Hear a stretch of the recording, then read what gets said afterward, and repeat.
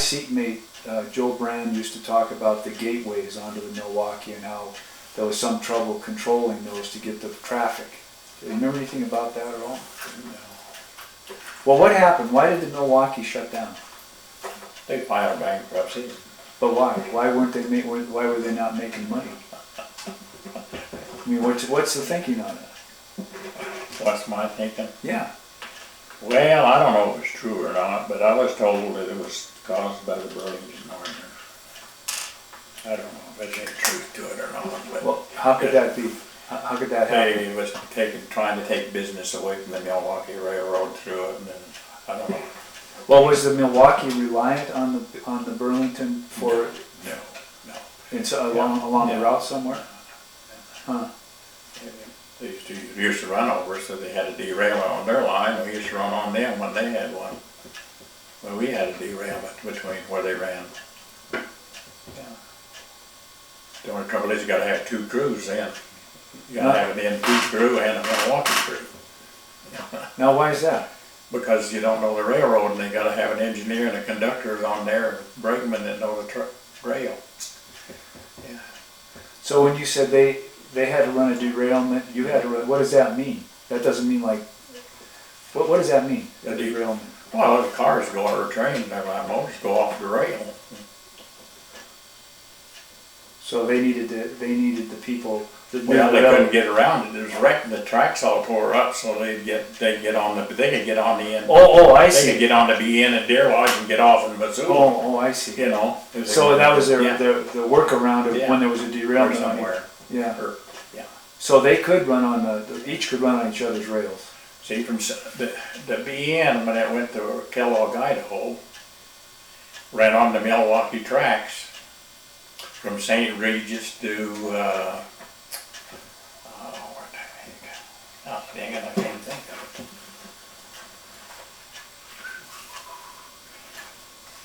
it. Ogden, yeah.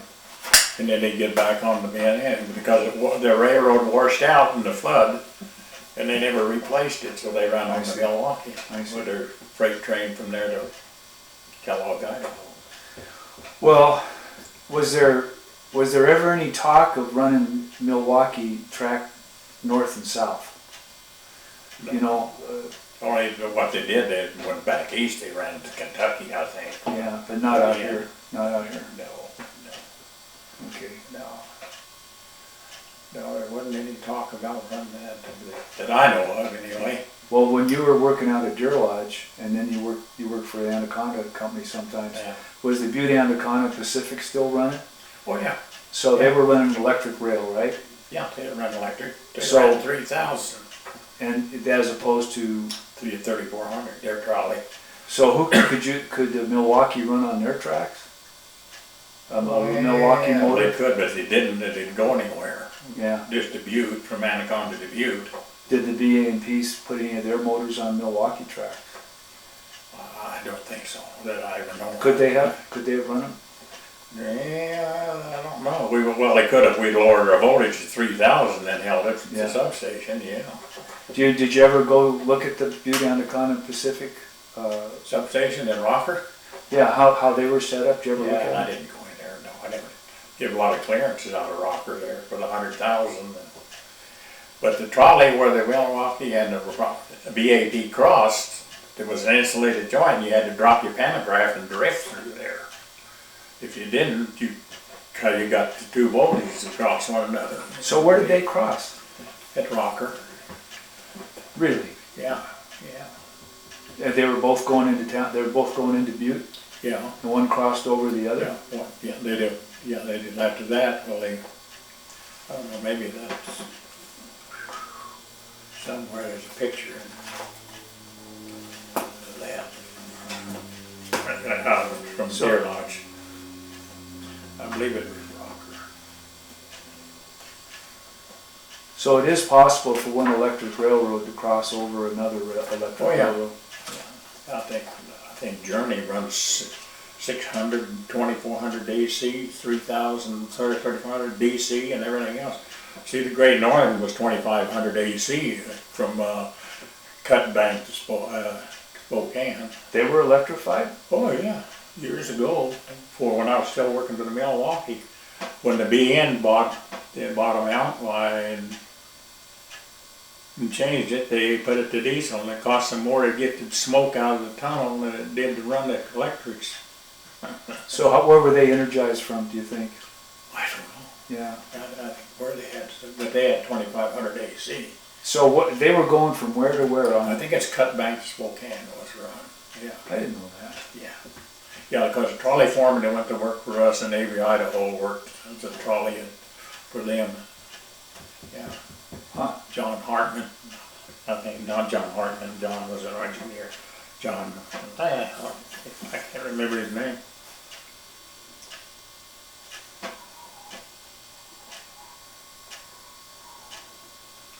I gotta make sure I'm not missing. So, Yeah, there. Now see, this is between Deer Lodge and Butte. That's going through Silver Bow Canyon. That's the NP alongside it. The old one, the BN. That's from Butte to Deer Lodge. Now it's what's the name of it? Anaconda Company. But they still run from Garrison to Butte. so could you just say again how they did that crossing? What would have to happen for the Milwaukee to cross the BANP and vice versa? Just drop your pan and drift across the insulated section. There used to be a sign up there, drop pan and drift. They knew it. So you just coast? Yeah. Just drop your pan, let your train across that, and then put it back up. Yeah. What about crossing streetcar lines? Same thing? We didn't have any. Oh, okay. You would if you had them. Yeah. I gotta take this stuff. Now it's 3 Okay. o'clock.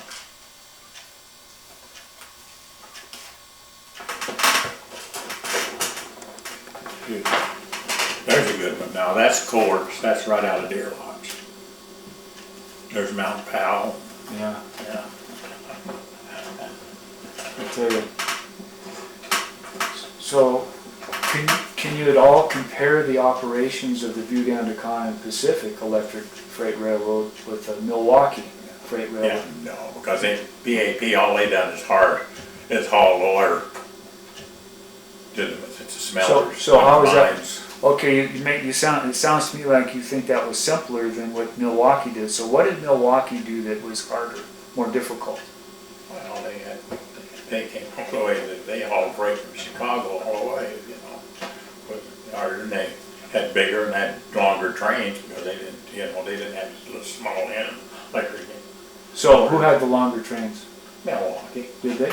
Oh, they weren't very big. They went, I don't know, I think they got one of those motors in Anaconda, sitting in Anaconda. They got one up at Butte at the Anselmo. I know that. Yeah, Well, they aren't very big. but both ran passenger service, didn't they?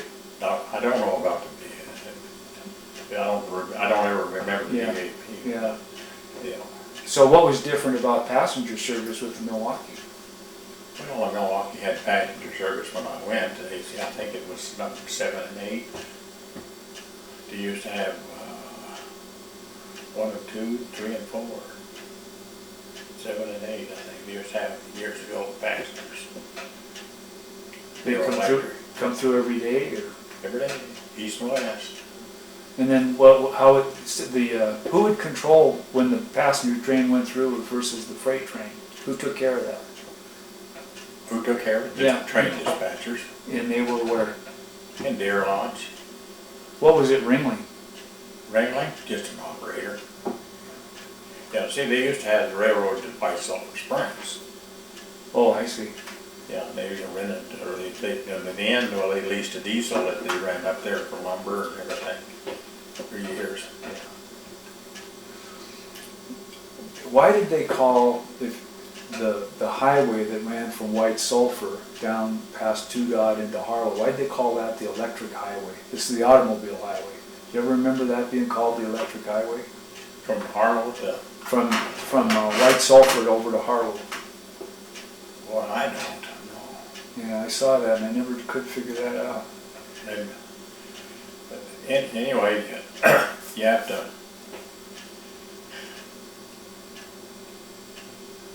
well, yeah, you know, 4 diesels couldn't pull as much as 2 Joes, you know.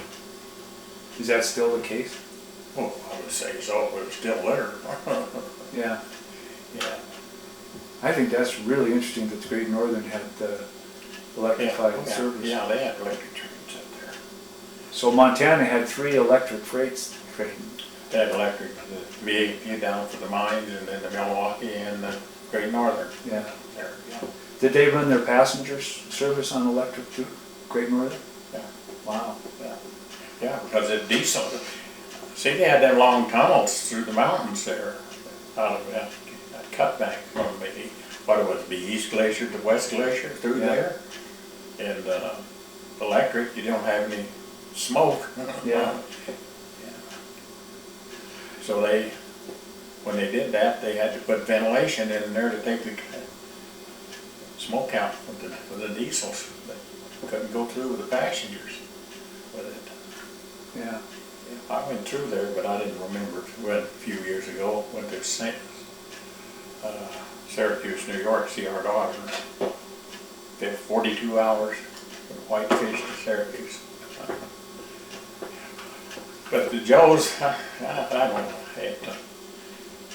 it caught, when they shut down, they finally just used to be that the power bill for the Harlowtown yard and the Butte yard, the Deer Lodge would run anywhere from $900 to $1,100 a month for electric. Well, I think it ran more than that a week for each one of them when they went to diesel and run them. If I remember right. Yeah.